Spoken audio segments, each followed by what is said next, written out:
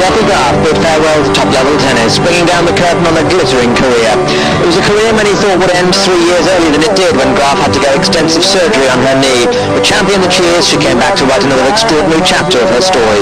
Join me, Chris Bowers, for a look back at a remarkable final year in the career of Steffi Graf. I love the city.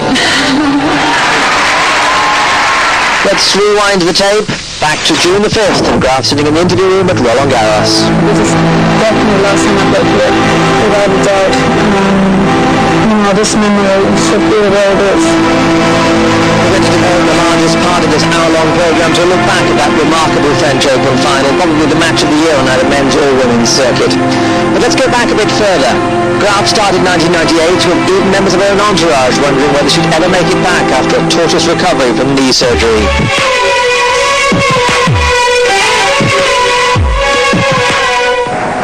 Well, here she was in August 98, playing her old rival Jana Novotná in the final in New Haven.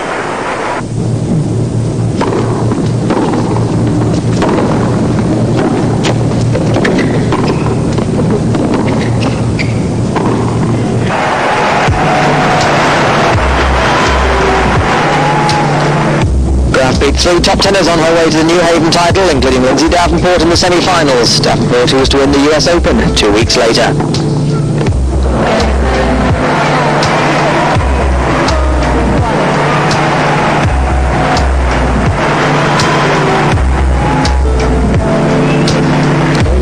Hand injury put paid to Graf's chances at the US Open. She lost to Patti Schneider in the 4th round. But 7 weeks later, at one of her favourite tournaments, Leipzig, she was back to her best, showing all the old qualities in the final against Natalie Tauzier.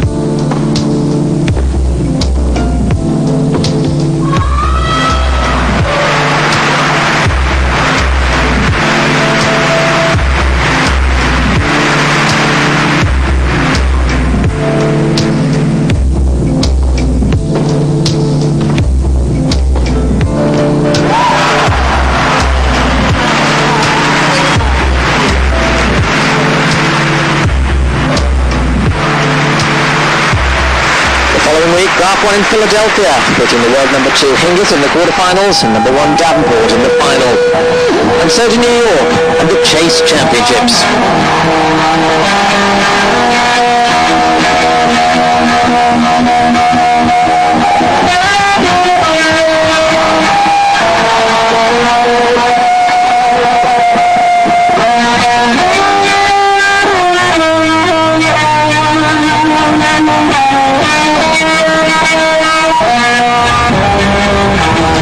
In the first round, Graf once again beat Jana Novotná, which set up a quarterfinal against her early 90s nemesis, Monica Seles.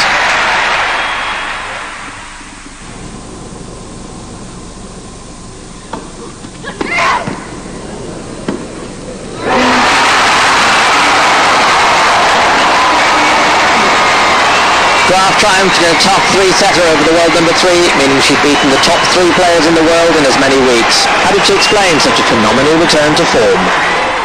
Ich habe relativ wenig Erklärung dafür. Very little explanation for it. Ich glaube, es hat mir einfach geholfen, dass ich angefangen habe. Started to play a few tournaments in the summer. Von der Fitness her managed to get relativ weit gekommen. Fairly fit. Schade, dass beim And it was a bit of a shame that I wasn't 100% at the US Open because of my hand injury. But I was able to go on getting fit, and that's why I had a good feeling going into the indoor season. I just didn't have enough matches under my belt. Mir hat halt einfach ein bisschen die Vorbereitung vom Tennis her gefehlt. And so to the world number 1 in US Open, Lindsay Davenport, in the semi-final. There was plenty of the Graf magic as she took the first set 6-1.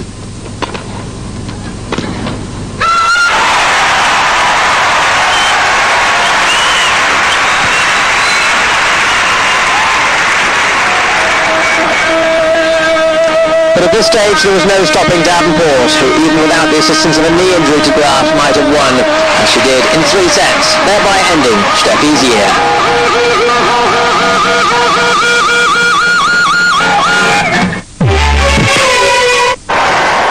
So how good was Graf going into 99? And what was her motivation after winning 21 Grand Slam singles titles? Questions for her coach of the last 7 years, Heinz Günther. So lange kann es nicht mehr dauern. I knew her career couldn't go on for that much longer, and our aim was to play great tennis one more time. Whether it would end in victory or not wasn't important. so gut zu spielen, dass man selber... The aim was just to play sufficiently well that she would be happy with her performance because she'd invested so much energy in getting back to playing. She loved playing tennis so much, and that's what she wanted to do, and my job was just to make it possible for her. Und deshalb fand ich, es war auch meine Aufgabe, in meinen Möglichkeiten es zu versuchen, ihr das zu ermöglichen. Doubts about how good Steffi was surfaced in her first big match on the first big stage of this year. In the Australian Open quarter-final against Sellers, she served for the first set at 5-4, but won just one more game after that.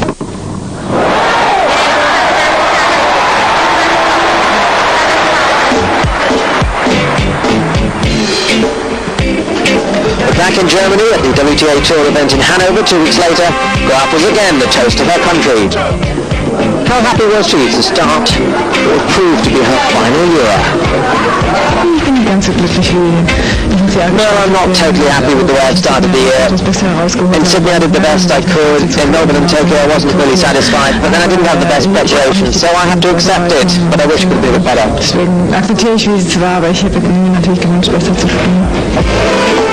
But Hanover was not to see a Steffi victory. In the semi-finals she fell victim to the power of Venus Williams, despite 100% home support.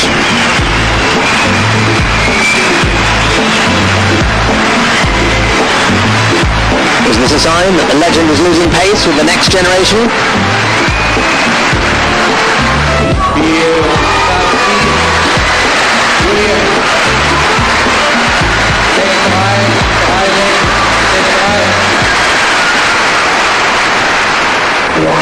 Three weeks later, Graf reached the final in Indian Wells, her first final of the year, in which she faced the younger Williams, Serena, for the first time. It was an occasion that certainly meant something to the 18-year-old American.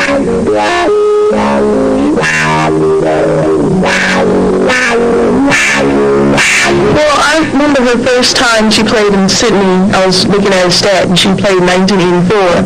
And I was thinking, wow, I was only 3. No, I wasn't even 3, I was 2.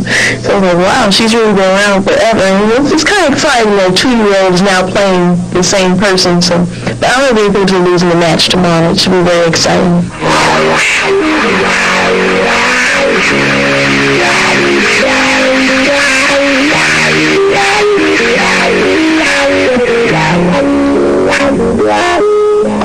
Once again, the Graf magic was in evidence.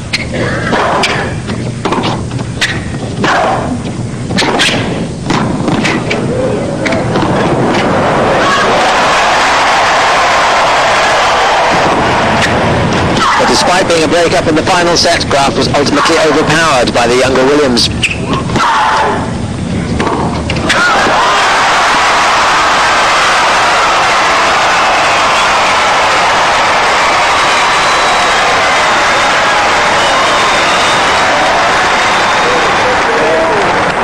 And when she lost to Venus in the semi-finals at Key Biscayne, there really was a question mark about her ability to beat the new generation of power players. Onto the clay and the German Open in Berlin, in the stadium that this autumn was renamed the Steffi Graf Stadium because of all her success there.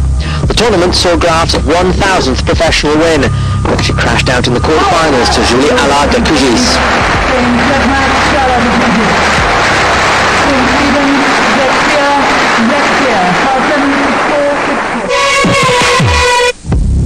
And so to Roland Garros, for the first time since she was crushed by the diminutive Amanda Kutzer in the 1997 fourth round, incidentally her last match before that knee operation in June.